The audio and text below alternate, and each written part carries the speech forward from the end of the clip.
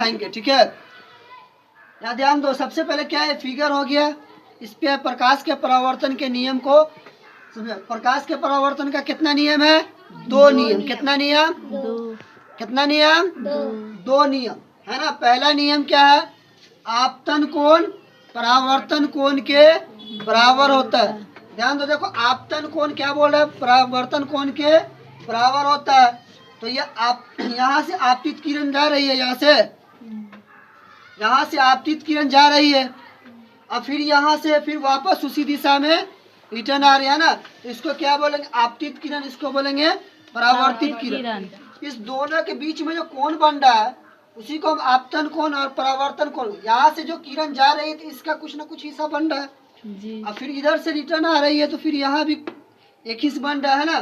तो एक इसको बोलेंगे आपतन कोण, दूसरे इसको बोलेंगे परावर्तन कोण। इसीलिए प्रकाश के परावर्तन का पहला नियम क्या बन गया?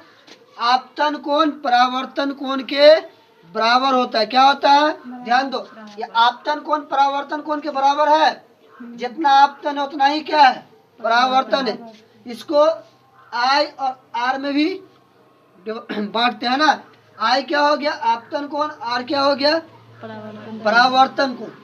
इसका दूसरा नियम क्या कह रहा है कि आपतित किरण, परावर्तित किरण, आपतन बिंदु पर डाला गया विलंब तीनों एक ही समतल में होता है। देखो यहाँ से आपतित किरण यहाँ जा रही है, यहाँ पर टकरा के फिर वापस उसी दिशा में आ रही है।